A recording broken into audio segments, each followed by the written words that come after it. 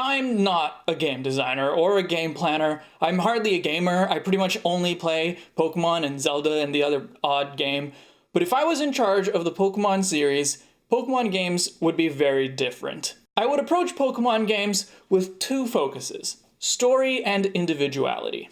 Let's start with individuality.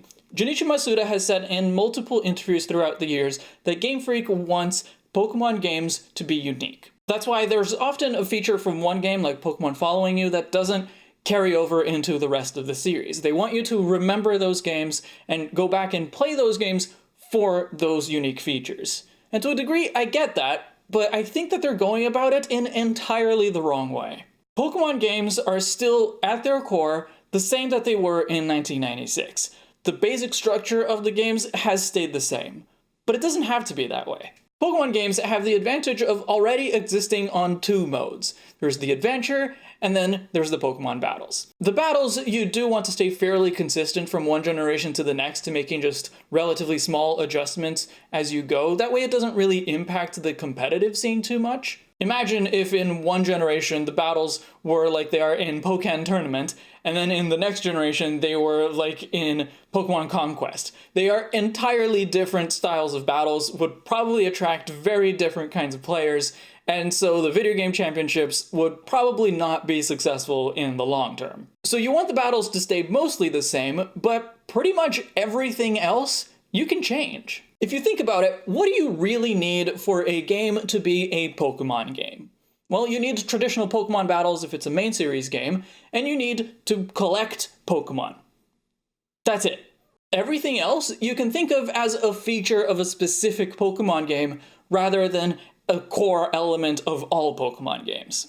Even things that we tend to consider as part of the Pokemon formula have been proven to be non-essential, like gyms in Generation 7, traditional evil teams in Generation 7 and 8, and even wild Pokemon battles in Let's Go. So they can experiment and do completely unexpected things. And they have done that once. Well, twice. It was Pokemon Coliseum and XD Gale of Darkness, but I only played Pokemon Coliseum, so I'm gonna focus on that one. They were spin-offs technically, but they were also the closest we ever got to a traditional Pokemon RPG without the traditional part. Battles had the same mechanics as any other Generation 3 game, but the premise and the style of the games were completely different. Visually and thematically, the style was much edgier. You play as a rebel member of a villainous organization. The checkpoints in the adventure aren't gyms, and you do collect Pokemon, but in a completely different way than usual. And that's the kind of experimentation I want to see, but even more. Consider The Legend of Zelda. I know I always bring up that series, but consider the different aesthetics and structures of the game, and even just the stories of games like Majora's Mask, Wind Waker, Skyward Sword, Breath of the Wild, Link's Awakening. They are all very different games, but they are also very Zelda games. On the other hand, the official art of Pokemon has stayed basically the same since Generation 3. The visual style of the games themselves has evolved a little bit, but it's changing very slowly. The games stay so consistent from one iteration to the next that relatively little changes, like Trials or the Wild Area, pretty much blow our minds. But Pokemon can have variety, and I would love to see games that are considered a main series and share a world with the other existing Pokemon games in an obvious way, but have completely different visual style, structure, premise, and story. And speaking of story, that's where I would start developing a Pokemon game.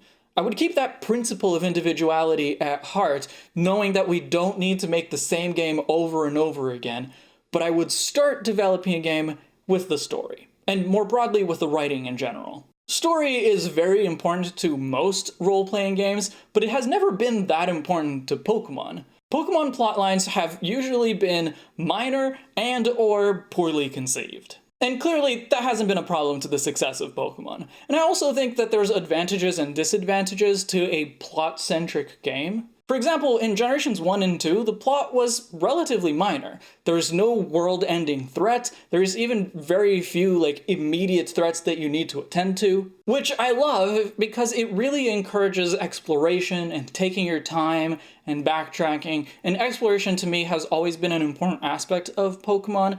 And it also allows for I guess, like background storytelling, like the journals at Cinnabar Mansion. They're not really plot, but they do enrich the story, because that's the only way you find out that Giovanni wanted the Master Ball in order to capture Mewtwo. But some people also find this small story boring because there's not a lot of momentum to the game. You can also have a very story-heavy game, whether that's a plot-centered one like in Generation 5, or more of a character-driven one like in Generation 7. And if done well, either of them can work. But the thing is that Pokemon has never really done it all that well. When Pokemon tried doing story-heavy games, they ended up poorly paced in one way or another. In Generation 7, it was too much dialogue, and the dialogue was clunky and unnatural too, which didn't help. And there were lots of short, unskippable dialogue scenes in quick succession, and you were basically guided step by step through the plot. In Generation 8, the dialogue was fantastic, and even though the game is still very linear because of various roadblocks, it doesn't feel hand-holdy. But then you have a plot that builds up very slowly and then all at once. Not every game is going to need the story to be plot-driven or character-driven or mostly environmental storytelling. Remember, I want the games to be different from each other. But whatever it is that we choose, it has to be well written. It's possible to write a small story that has momentum. It's possible to write a character-driven story that doesn't use too much dialogue. It's possible to write a plot-heavy game that doesn't guide too strictly. You just have to make writing a priority. And here's where writing extends beyond just characters and plot and dialogue. One of my biggest frustrations with Sword and Shield was that the map appears to give you lots of freedom. Not just in the wild area, but with a few forking paths as well. And yet, the game is strictly linear because of all the roadblocks. There's a lot of Team Yell making a ruckus, and you can't get past them, and you don't battle them either, even though there's other times when they're making a ruckus and you do battle them. But the one that bothered me the most was the tired Corviknight. I'm not allowed to go this way because your Corviknight is tired, even though there's clearly space for me to walk around it? Pokemon has always done this kind of thing, from that idiot investigating his own footprints in Generation 3 to the thorough Stoutland in Generation 7, and I hate it. I hate it! HM roadblocks like cut trees and strength boulders and whirlpools in the early generations, they were much better, because they were just there, and you knew that eventually you would get the ability to remove or get past those roadblocks. But that Corviknight? The group of Psyduck in Sinnoh?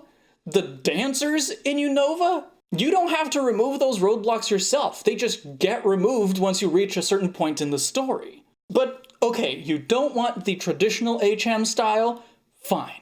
You just have to come up with roadblocks that make sense, or some other way of keeping the players going in the right direction. For that, you're going to need good writing. I am going to talk more about the specifics, the details of what I would like to see in my ideal Pokemon game, but I'm going to save that for another video. Otherwise, this video is just going to be way too long, and I wanted to cover some of the big picture principles first. I'm going to need at least one other video just to cover the details. But I hope that you enjoyed this. Let me know in the comments what would be your guiding principles to designing your ideal Pokemon game, and subscribe so that you don't miss the next one or more installments of this series. Thank you to my patrons, especially luxury patron Ethan Saffron. I'm Umbreon Libris. I'll see you in the next chapter.